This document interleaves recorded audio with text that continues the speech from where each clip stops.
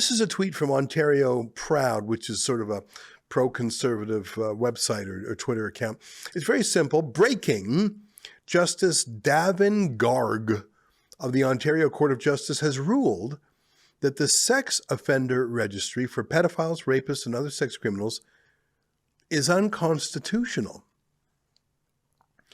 He's just, one guy has said, no, we're not going to do that. And even though I would say 90, maybe 95% of Canadians support that registry, and obviously different parliaments and legislatures do, this judge knows better and thinks there's a human right not to be on the offender registry, even if you have committed those crimes. And what are you going to do about it? There is something you can do about it. It's Section 33 of the Constitution, of the Charter of Rights. It's a notwithstanding clause, but we know that Doug Ford won't do that. That's just the new norm. That's just how it is now. Get used to it. Hey, here's another court story. This is from Josh DeHaas, who's a civil liberties lawyer. He says, the Supreme Court found 8-1 that Quebec's decision to exclude asylum seekers from taxpayer-subsidized daycare discriminates against mothers. Discriminates means to choose. Like you could say he has discriminating taste.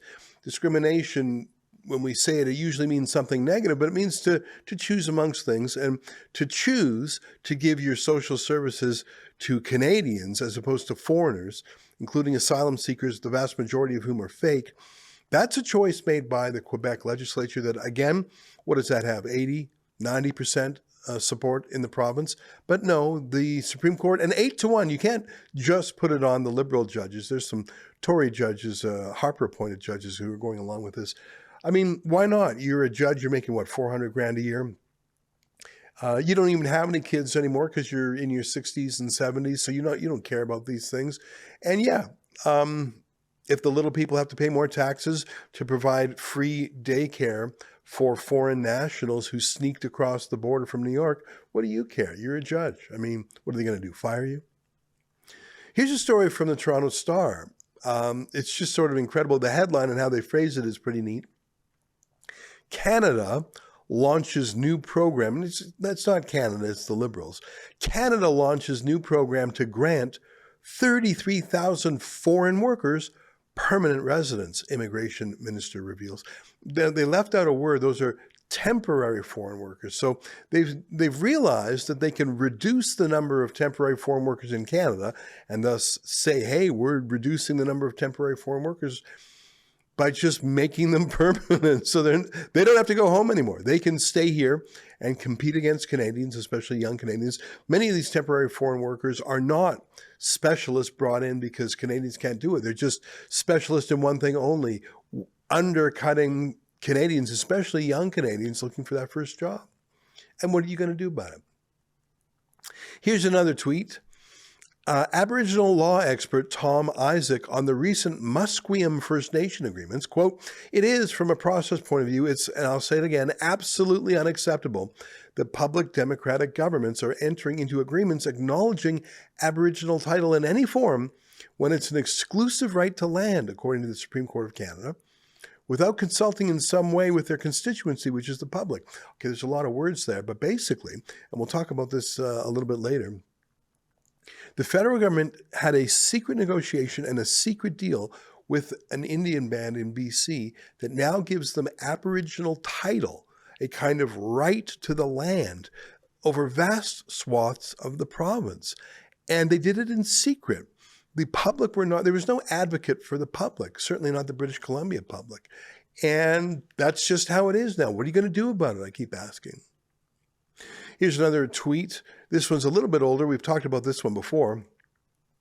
$750,000. That's the price for saying biological sex is real. Former Chilliwack trustee Barry Neufeld just got financially crushed for opposing gender ideology in schools. Disagree with the narrative?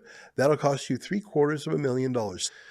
And that's from the BC Human Rights Tribunal, which is just an absolute madhouse. I mean, a $750,000 penalty like that, that's enough to destroy a man. I have never heard of a fine that large other than when it's to recoup some money that was stolen. I have never in my life in Canada heard of a fine of $750,000. I can't even think of a fine that large in the criminal code. The only reason you would say that is if some fraudster scooped that money and it was taken back. That's larger than a murderer would get. We don't really fine murderers now, do we?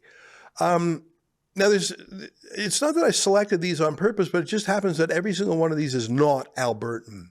And that doesn't mean to say Alberta is immune from this stuff. Alberta still has a Human Rights Commission, though it's a little less crazy than some of the others, certainly less than British Columbia's. Alberta has crazy courts, often where the judges are appointed by Ottawa, it's true.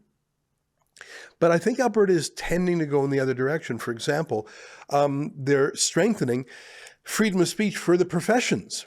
So that case of Barry Neufeld, he's not really a professional, but he's an elected official. He had a political point of view about transgenderism. They fined him $750,000 in Alberta now.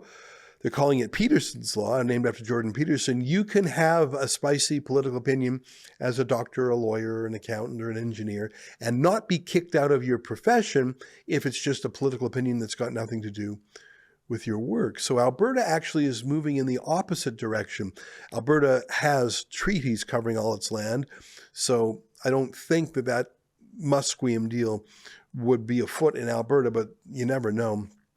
But these issues that the whole country sees, they're on the minds of Albertans, even though the stories I told you typically happen in Ontario or BC. And if you're an Albertan, are you thinking of this as a reason to stay in Canada or a reason to separate from the rest of Canada, to separate from the madness? I've been visiting Alberta quite a lot. I was there recently in various cities, Edmonton, Calgary, Lethbridge, Medicine Hat, listening to people and their concerns. And the paradox is the people in these meeting rooms are actually the most pro-Canadian people in the country. They're the ones who would fly a flag over the home. They're the ones who would lament stripping Sir John A. Macdonald off the $10 bill, or changing the lyrics to the national anthem, or saying that Canada are genociders, or they would object to tearing down statues. The people who are most pro-independence in Alberta are the most patriotic. How can that be? Well, because they're seeing that the rest of Canada, in the 5 examples I just gave you, are tearing down anything Canadian about Canada. They're denaturing the country. And so if you're an Albertan considering independence, there's traditional historical reasons, and there's the acute reasons of, Mark Carney and what he's doing to Alberta and blocking pipelines. You may not like the new pivot towards being a Chinese colony, or as Carney calls it, a new world order. But you don't think looking at this madness every day is yet another reason for Albertans to say, how do we get out of that mess? And it could be that on October 19th, they vote to get out of that mess. That's an excerpt from my daily show, The Ezra Levant Show. Every day, I do a monologue, interview an interesting guest, and read my fan mail and hate mail. You don't want to miss it. To learn more, go to rebelnewsplus.com.